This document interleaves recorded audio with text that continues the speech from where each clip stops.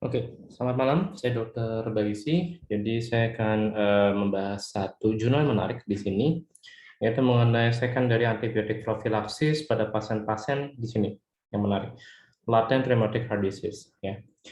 Jadi sebenarnya ide ini sebenarnya sudah sempat pernah dibahas di National Heart Center Harapan Kita, National Cardiovascular Center Harapan Kita, bahwa mungkin ada baiknya di Indonesia ini kita mendeteksi penyakit jantung rematik lebih cepat. Ya. Kenapa sih kita concern mengenai penyakit jantung rematik ini? Kenapa? Karena pasien-pasien yang sudah mengalami manifestasi terlalu jauh, yaitu usia sekitar 20-40 tahun, itu biasanya datang ke kita dalam kondisi udah dalam kondisi sesak napas. Ya. Jadi umur 20 sampai 40 tahun itu manifestasi yang paling sering kita jumpai pasien-pasiennya. Walaupun memang ada pasien-pasien mungkin lebih muda, belasan tahun, 12 tahun, 13 tahun, datang dengan keluhan sesak karena masalah manifestasi dari penyakit jantung rematik ini juga udah ada juga. Ya. Nah, apa sih manifestasinya? Kenapa sih pasien-pasien itu bisa sampai datang ke kita dalam kondisi sesak? Nah, di sini udah digambarin sebenarnya. Problem yang paling mendasar dari penyakit jantung rematik dan sangat debilitating adalah adanya gangguan katup. Ya, kita bisa lihat di sini contohnya ada katup mitral dan katup aorta biasanya paling sering terkena penyakit jantung rematik. Baik itu stenosis atau regurgitasi, baik itu menyempit atau bocor, itu biasanya dua katup tersebut yang paling banyak kena akibat dari penyakit jantung rematik. Nah, pertanyaannya bagaimana cara kita untuk mencegah terjadi manifestasi tersebut? Ya, bagaimana supaya jangan sampai pasien-pasien kita sudah datang ke kita dalam kondisi 20-40 tahun usianya, tiba-tiba datang dengan keluhan sesak nafas dan masalah katup jantung yang sudah berabe, sudah berantakan, atau bahkan dengan gangguan masalah irama jantung. Ya, nah satu-satunya cara adalah kita harus mendeteksi lebih cepat sehingga kita bisa mengobatinya lebih cepat. Ya. Nah, sebenarnya pertanyaan lebih lanjut lagi, kapan manifestasi atau terkenanya sih orang-orang ini mengalami infeksi penyakit jantung rematik? Ya. Sebenarnya penyakit jantung rematik tidak langsung muncul seperti itu aja. Biasanya didahului dengan rheumatic fever akibat dari infeksi beta Streptococcus beta hemolyticus di tenggorokan. Ya. Nah, kapan terjadinya? Biasanya pada usia sekolah dasar di sekitar 2 sampai 12 tahun. Di sini mereka udah mengalami infeksi. Nah, masalahnya di sini ada gap. Ada gap gejala. Artinya pada usia 6-12 tahun, mereka tidak ada gejala sama sekali. No symptoms. Ketika usianya udah makin tua, infeksinya berulang, tidak ketahuan, akibatnya pada usia 20-40 tahun, mereka akan datang dengan kondisi yang sudah payah. Ya. Makanya di sini ada paper yang sangat menarik di sini adalah tekankan adanya screening, ya, adanya echocardiographic screening. Tujuannya buat apa? Tujuannya kita bisa tahu penyakit-penyakit pasien-pasien dengan penyakit jantung rematik yang sifatnya masih early stage, ya, masih early stage dan masih laten, ya, latent stage. Jadi belum muncul gejala, ya. Sehingga ketika kita berikan pengobatan berupa antibiotik profilaksis, harapannya adalah pasien-pasien tersebut tidak akhirnya jatuh pasien-pasien yang dengan kondisi demikian. 20-40 tahun udah payah datang ke kita, harus operasi dan lain-lain, manifestasi udah ada gangguan irama jantung berupa atrial fibrilasi. Nah, kita berusaha mencegah hal itu. Ya. Paper ini berusaha menjelaskan hal tersebut. Ya. Nah, di Indonesia belum ada, di luar negeri udah ada, dilakukan di mana? Di Uganda. Ya, di Uganda mereka melakukan dua arms, yaitu dengan randomized control trial di sini kebetulan. Nah, ada kelompok kontrol, ada kelompok profilaksis. Seperti apa pembagiannya, seperti apa proses penelitiannya, kita lihat di sini. Ya. Jadi mereka dari Uganda itu melakukan penelitian pada 2.200 orang. Mereka mengumpulkan 2.200 orang pada pasien-pasien yang masih usia anak-anak sampai dewasa muda, yaitu 5-17 tahun. Jadi udah sampai, remaja, sampai usia remaja, 5-17 tahun. Lalu setelah itu dilihat ternyata ada 3.237 pasien yang ternyata positif. Positif apa? Positifnya memang ada penyakit jantung rematik yang sifatnya masih laten, masih awal banget, masih early. Ya, ternyata ada beberapa yang 200 ini nggak datang ke klinik, mereka datang ke follow up ke klinik 3025, dan akhirnya ternyata 2000 harus dieksklusi. Kenapa? Ternyata ada normal ekokardiogram. Ternyata ada gangguan struktural atau functional heart disease.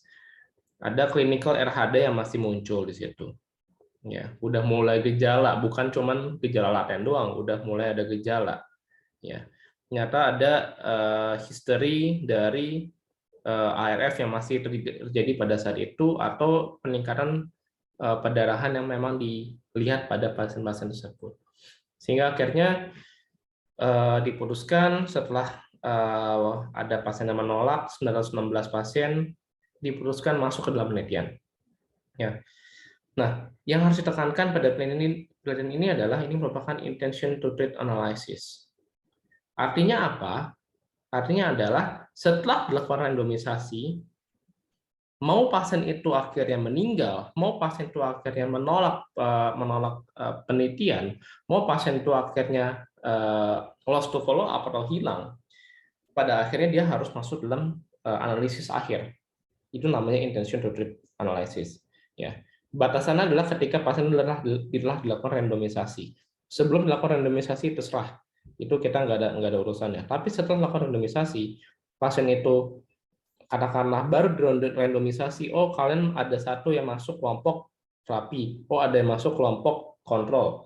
Berarti yang masuk kelompok terapi, katakanlah sebelum dapat obatnya pun dia sudah mengalami katakanlah meninggal, itu akan dimasukkan ke dalam analisis akhir. Itu intention to treat analysis yang sebenarnya paling ideal untuk pasien-pasien yang dilakukan pada penelitian yang melakukan RCT yang menunjukkan kondisi sebenarnya dalam kondisi real life. Ya. Oke. Nah, di sini dibandingkan baseline-nya. Nah, didapatkan sebenarnya di sini baseline antara kelompok kontrol ataupun kelompok terapi tidak ada perbedaan yang bermakna. Nah, profilaksis atau terapi yang dikasih apa sih? Yang utama adalah dengan menggunakan BPG. Dengan apa itu? Benzatin, penisilin, G. Gimana dikasihnya? Disuntik di pantat. Ya, disuntik di pantat. Yaitu biasanya gantian ya, kanan kiri kanan kiri kanan kiri. Dia dengan jarak 4 minggu. Setiap 4 minggu disuntik di pantat. Satu disuntik di sini, besok 4 minggu lagi disuntik kanan, satu lagi disuntik kiri, satu disuntik kanan, jaraknya 4 minggu. Selama berapa lama? Selama 2 tahun. Ya. Jadi selama 2 tahun pasiennya itu harus dilakukan terapi atau pemberian terapi. Oke. Apa yang dinilai selama 2 tahun? Setelah 2 tahun apa sih yang dinilai? Yang dinilai adalah progresi, yang kedua adalah regresi. Ya, progresi artinya adalah apakah pasien-pasien yang awalnya masih laten, gangguan katupnya ini akan makin lama makin berat atau makin jelek. Ternyata diketahui di sini bahwa antara kelompok profilaksis dan kelompok kontrol ada perbedaan yang bermakna. Gimana bawa tahunya? Di sini lebih value-nya kurang dari 0,05. Dari sini kita bisa bilang bahwa 3 dari 399 pasien mengalami progresivitas gejala. Artinya, ada dari 399 pasien yang kita obatin, mereka akhirnya mengalami progresivitas, tapi cuma 3 pasien. Sedangkan pada kelompok kontrol, ada 33 pasien dari 400 orang yang diobatin mengalami event atau mengalami progresivitas. Gejala ataupun gangguan dari katupnya itu dilihat dari ekokardiografi. Ya. Nah, sebenarnya bermakna nggak bermakna, tapi seberapa besar impact-nya kita bisa lihat di sini sebenarnya. Risk ratio-nya berkurang antara pasien yang diberikan obat dibandingkan dengan pasien-pasien yang tidak diberikan obat, itu sebesar 0,09%. 0,09 lebih kecil kemungkinan untuk mengalami pasien-pasien yang diberikan obat lebih kecil 0,09 kali lipat untuk mengalami kejadian progresivitas dari penyakit jantung rematik terutama pada katup-katupnya dibandingkan dengan pasien-pasien yang diberikan obat. Nah, gimana cara kita mungkin membahasakan yang lainnya? Jadi sebenarnya obatnya efektif nggak, Dok? Ya efektif, tapi seberapa efektif? Nah, kita bisa menggunakan risk difference di sini. Risk difference kita sebut juga sebagai namanya absolute risk reduction. Gimana ngitungnya? Ngitungnya adalah yaitu 3 orang yang mengalami event dibagi 399 pasien pada kelompok yang diberikan terapi, dikurangin 33 orang yang mengalami event pada kelompok kontrol dibagi 400 orang total pasien-pasien yang tidak diberikan obat. Hasilnya berapa? Hasilnya 7,5%. Itu namanya risk difference atau absolute risk reduction. Nah, buat apa kita menghitung ini? Karena kita ada menghitung namanya NNT atau number needed to treat, yang dimana hitungannya adalah 1 per ARR. Berarti 1 dibagi 7,5%, which is hasilnya kalau udah saya hitung adalah 13,33 atau 14. Satuannya apa 14 ini? Orang. Artinya apa? Artinya adalah ketika kita mengobati pasien sebanyak 14 orang, kita baru akan mendapatkan satu hasil yang positif pada kelompok profilaksis dibandingkan dengan kelompok kontrol. Ya. Kalau kita kasih obat nih 14 orang, kita akan mendapatkan 1 orang yang hasilnya positif. Bagus nggak? Ya bagus, lumayan. Daripada kita artinya kita bisa mengobati sebesar 14 orang untuk mendapatkan hasil yang positif, itu lumayan.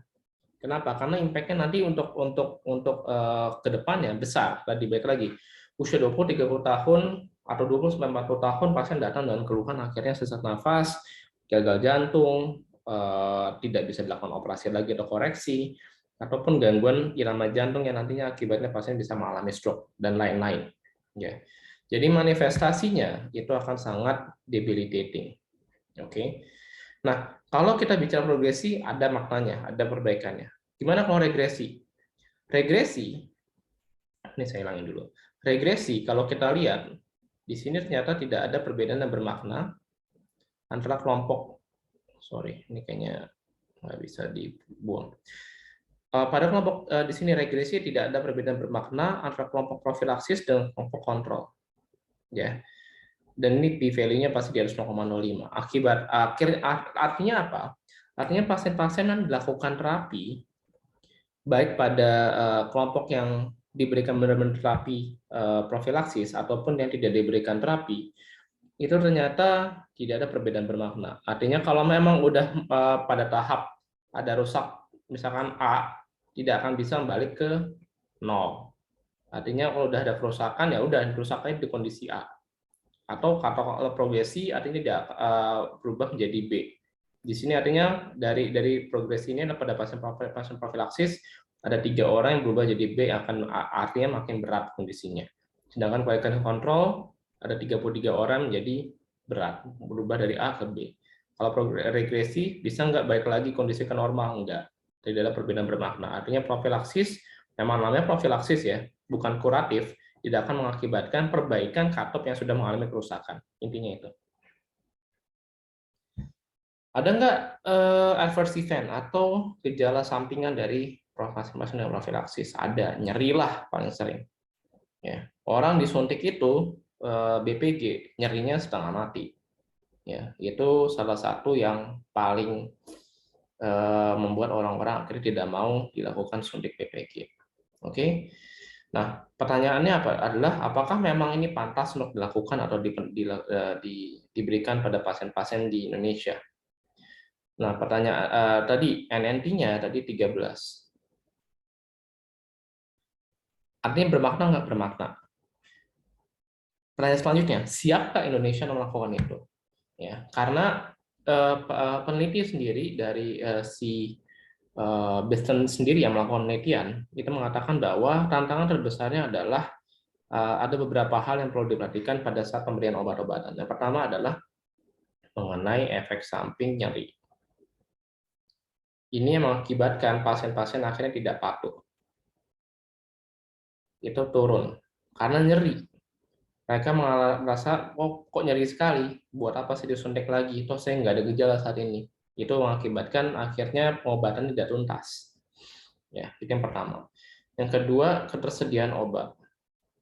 Ketersediaan obat harus dipahami bahwa tidak semua daerah memiliki BPG. Bahkan mungkin harapan kita saja yang punya, beberapa daerah belum ada. Tapi kalau ditanya apakah bisa diadakan, bisa. Kenapa? Harganya murah, cuman belasan ribu sampai puluhan ribu, mungkin sekitar maksimal 20.000. Ya, itu harus pertimbangannya bisa lah harusnya untuk para sana. Yang terakhir adalah apakah modalitas kita cukup.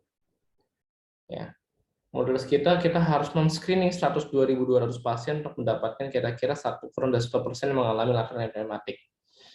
Itu PR jelas. Artinya untuk suatu prevalensi yang cukup, sebenarnya kalau tanya banyak nggak ya, sebenarnya lumayan, ribuan.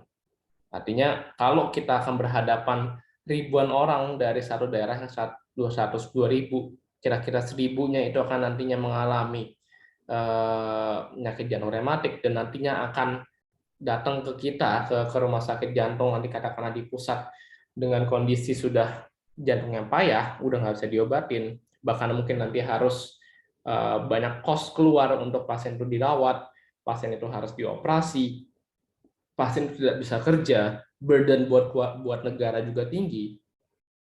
Saya rasa ini patut untuk dilakukan. Artinya di Indonesia, dengan melihat impact-nya begitu besar terhadap cost, baik itu intangible cost, dia sebagai orang yang misalkan katakanlah punya kemampuan untuk bekerja tapi dia bisa bekerja, akibatnya ada loss apa namanya income buat negara, atau efek yang baik positif negara, bahkan membebani negara dengan adanya kebutuhan pasien itu harus masuk rumah sakit, perawatan berkali-kali, obat-obatan yang tidak murah, dan morbiditas yang cukup banyak. Sepertinya cara ini perlu dicoba dan perlu dilakukan di Indonesia. Siapa tahu, kita belum tahu, jangan-jangan prevalensinya lebih tinggi dibandingkan dengan 1% seperti di Uganda. Oke? Ya, jadi ini masih dalam tahap penelitian yang masih harus dilakukan lebih lanjut, dan saya rasa paper ini sangat baik untuk memicu kita bahwa Indonesia mungkin ada tempatnya dilakukan tindakan demikian. Terima kasih atas perhatiannya, semoga bermanfaat.